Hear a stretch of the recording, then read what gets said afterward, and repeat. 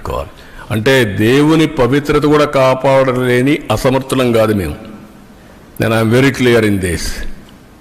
నీ ఇష్ట ప్రకారం మీరు దాడి చేస్తే ఇక్కడ కూర్చొని ఓకే పర్వాలేదు లేదంటే భయపడి పారిపోయేదానికి సిద్ధంగా లేవు. ఆ మాట చెప్తాను.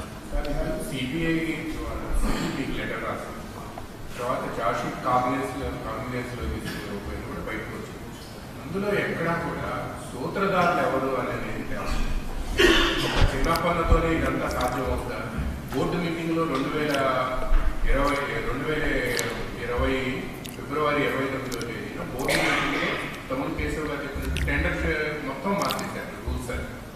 ఎలా సాధ్యం అవుతుంది అంటే బోర్డు మీటింగ్లో మాత్రం? ఒక్కొక్కసారి ఇన్వెస్టిగేషన్ ఏజెన్సీలో కొన్ని వస్తాయి.